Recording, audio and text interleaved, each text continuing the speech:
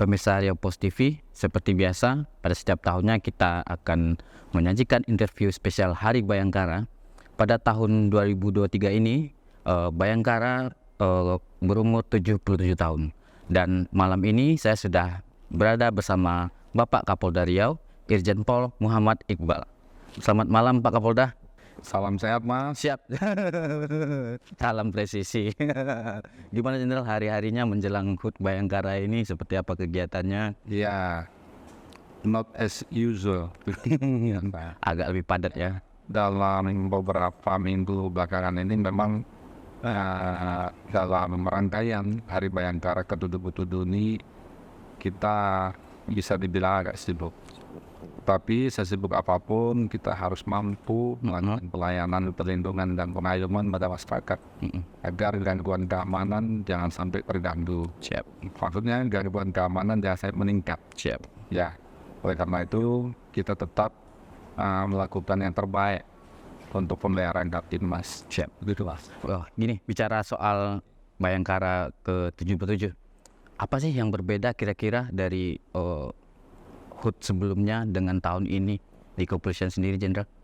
Iya, dalam rangka Bayangkara ini sebenarnya hampir sama, semangatnya sama. Jadi dalam rangka Hari Bayangkara itu kita ingin menyajikan, mempersembahkan sesuatu yang berguna pada masyarakat. Jadi berorientasi kepada kebutuhan masyarakat. Jadi kami hadir, Bayangkara itu hadir semaksimal mungkin untuk masyarakat. Tetapi tahun ini lebih banyak, lebih banyak kegiatan-kegiatan rangkaian Hari Bayangkara tersebut.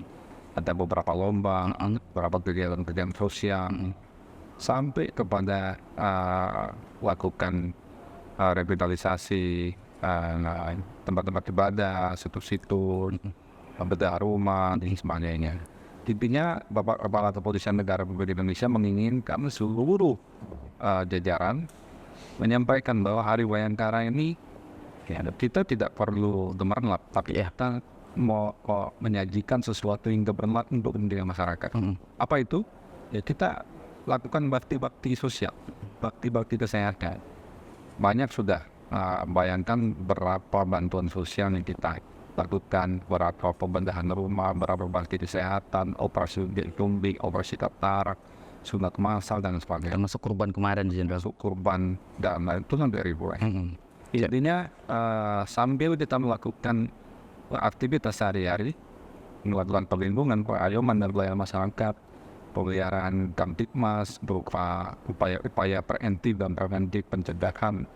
Terus juga kita melakukan fungsi-fungsi pencegahan, babin Kamtibmas, himbauan kepada masyarakat, patroli, sambil juga melakukan upaya paksa kepolisian penegakan hukum apabila ada pelaku-pelaku kriminalitas. Tapi Bapak Kapolri menginginkan bahwa aktivitas kita ditingkatkan dalam rangka hadirnya Bayangkara hadirnya negara untuk masyarakat di momentum Hari Bayangkara. Siap. Nah, gini Jenderal, untuk Hari Bayangkara ini kan lebih melekat kepada personelnya sendiri, kepolisiannya sendiri. Nah, Jenderal sering katakan bahwa setiap personel polisi itu harus lebih sabar kepada masyarakat, gitu kan. Ketika kesabaran masyarakat 3, polisinya harus 10, gitu kan. Itu yang selalu Jenderal sampaikan. Nah, nih, untuk pengawasan di lapangan sendiri, Jenderal sendiri bagaimana? Gitu? Iya, memang itu ada rangkaian proses yang saya namakan well organized.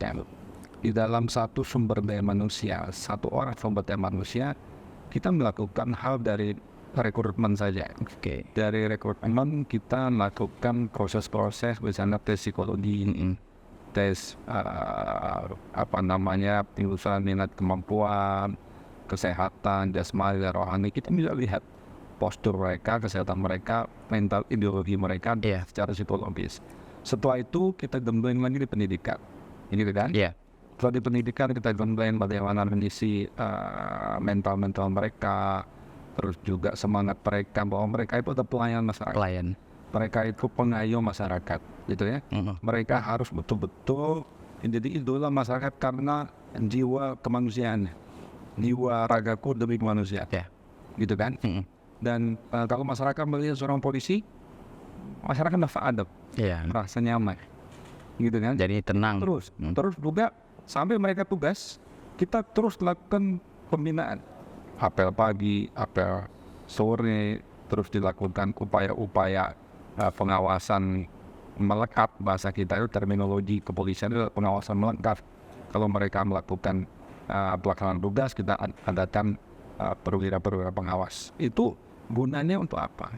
Gunanya ingin meyakinkan quality control semua sumber daya manusia, semua bayangkara atau polisian itu mampu menghadirkan jiwa-jiwa humanis di tengah-tengah masyarakat.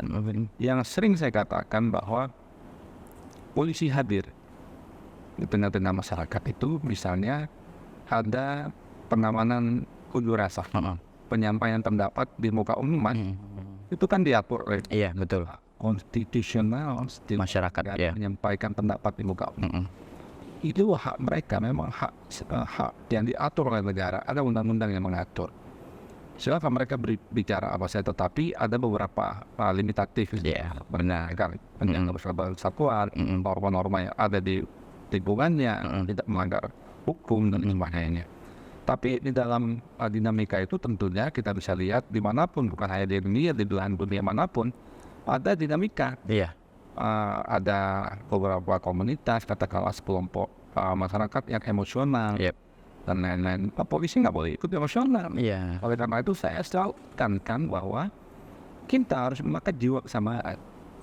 Ya, jangan sampai sumbu pendek. Iya. Sumbu kita harus panjang kan.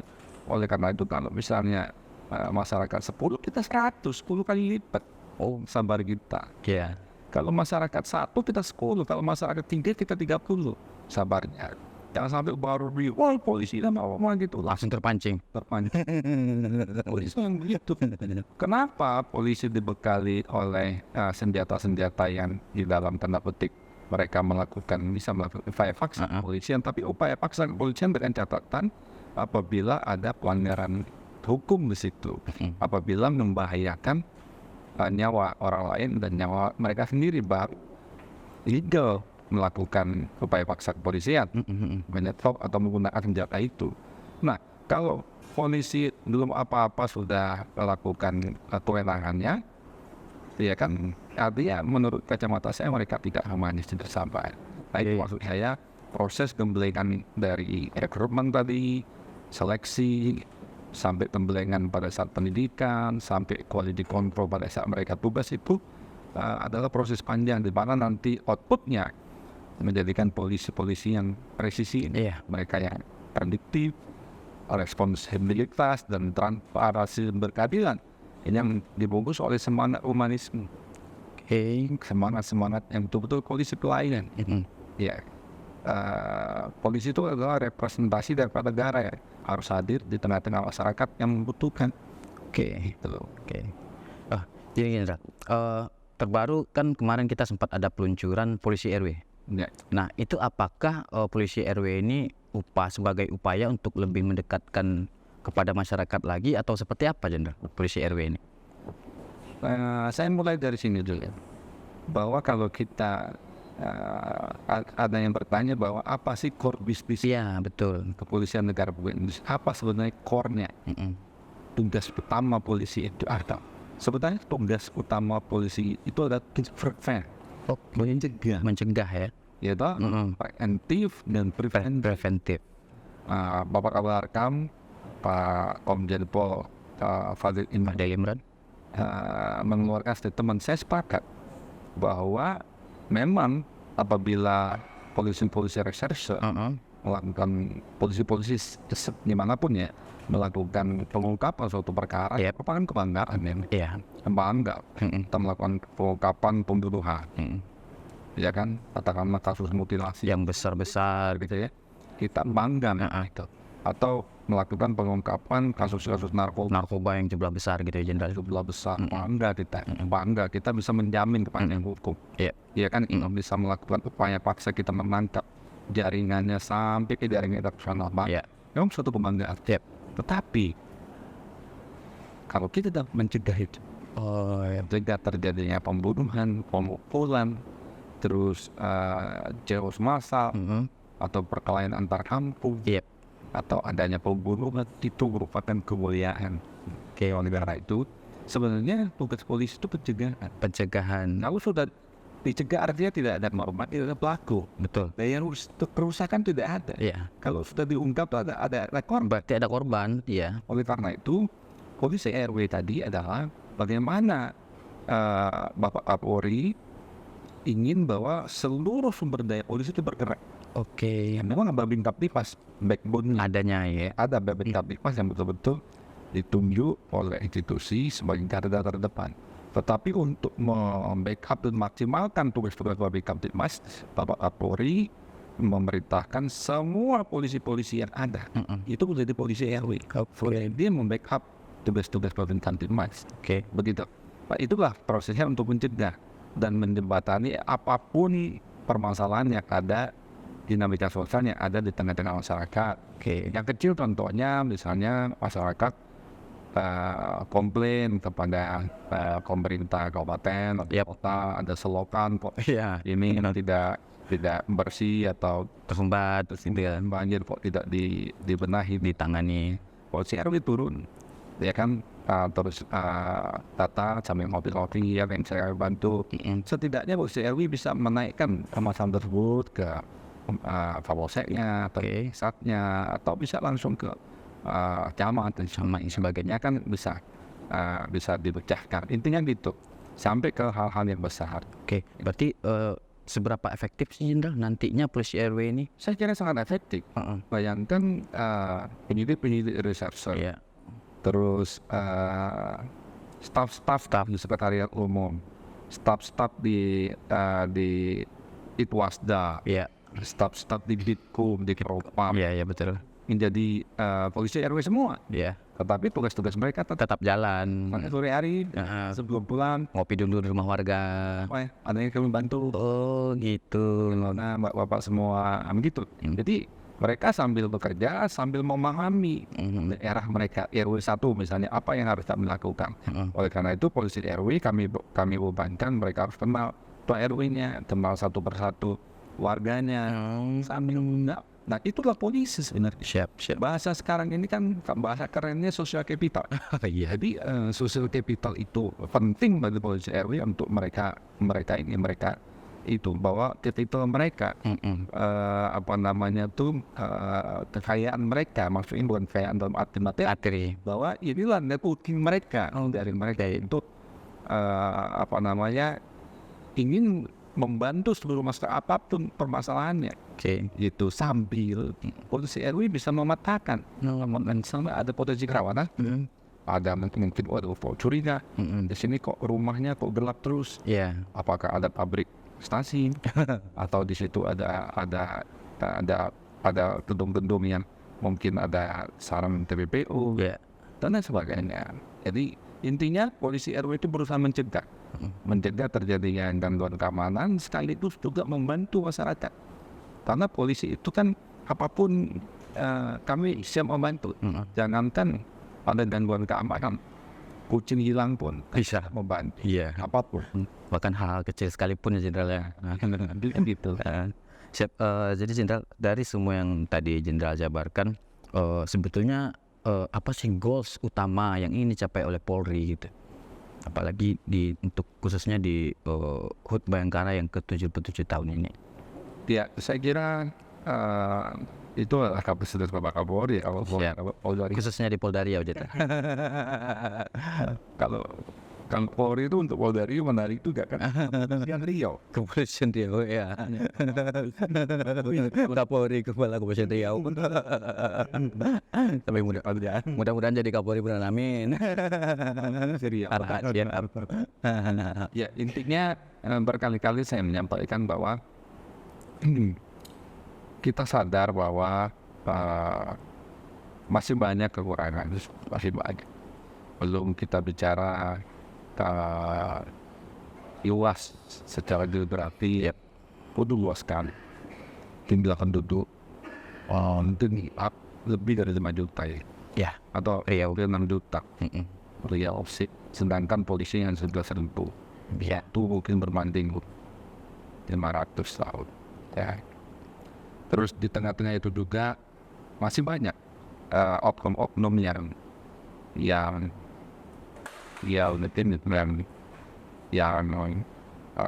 merusak besar institusi.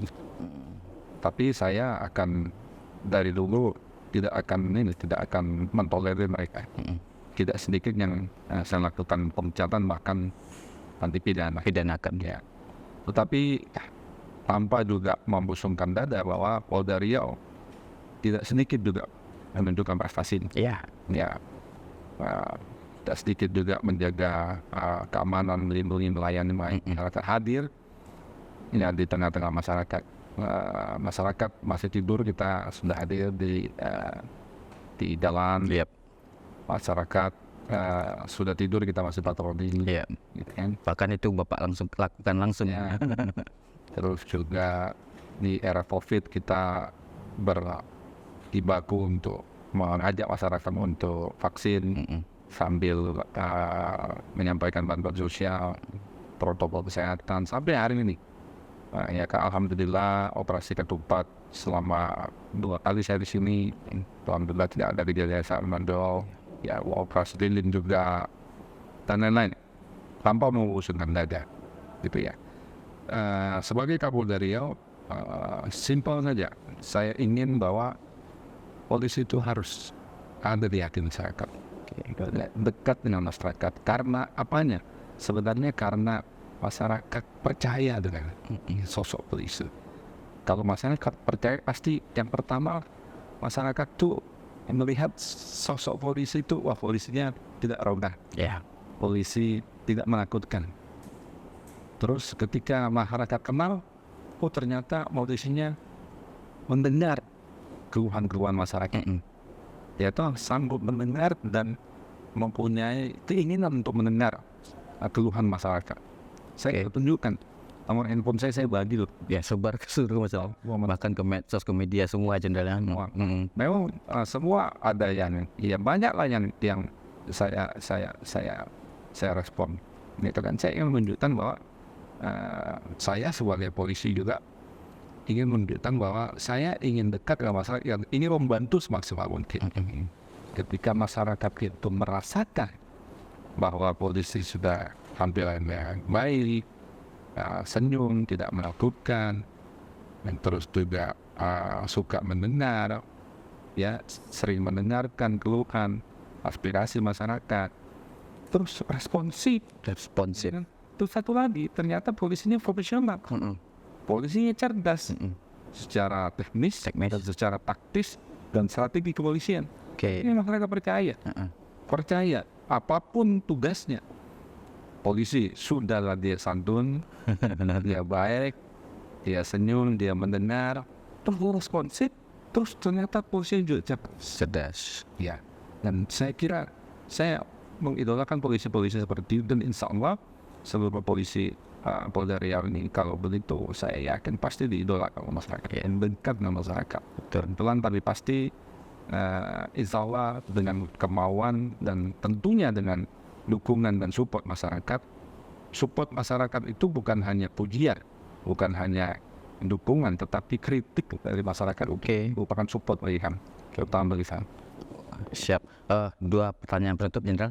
Pertama, pesan mungkin Bapak Kapolda sendiri untuk personilnya di jajaran di Hari Bayangkari. Yang kedua, mungkin ada pesan dan kesan Bapak Kapolda sendiri terhadap masyarakat Riau.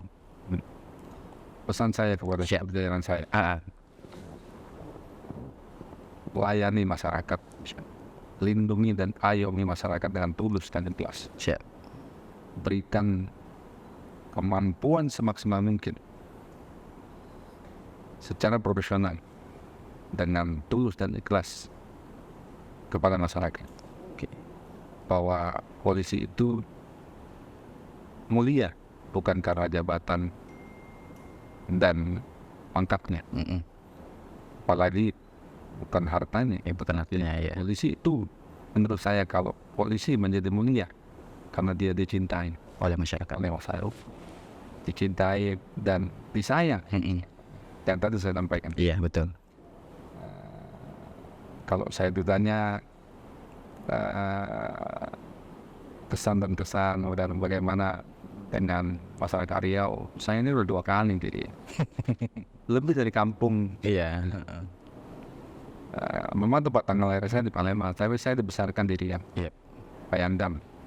Nah, jadi masyarakat Riau itu adalah ya seperti sanak saudara saya sendiri.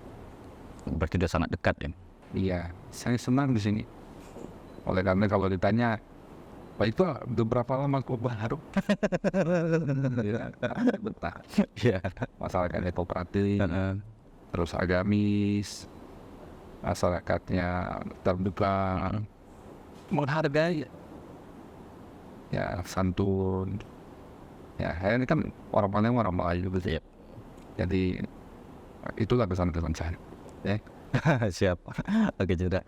Itu tadi interview kita bersama Bapak Kapolda Riau, spesial Hari Bayangkara ke-77. Terima kasih untuk sudah menonton. Wassalamualaikum warahmatullahi wabarakatuh.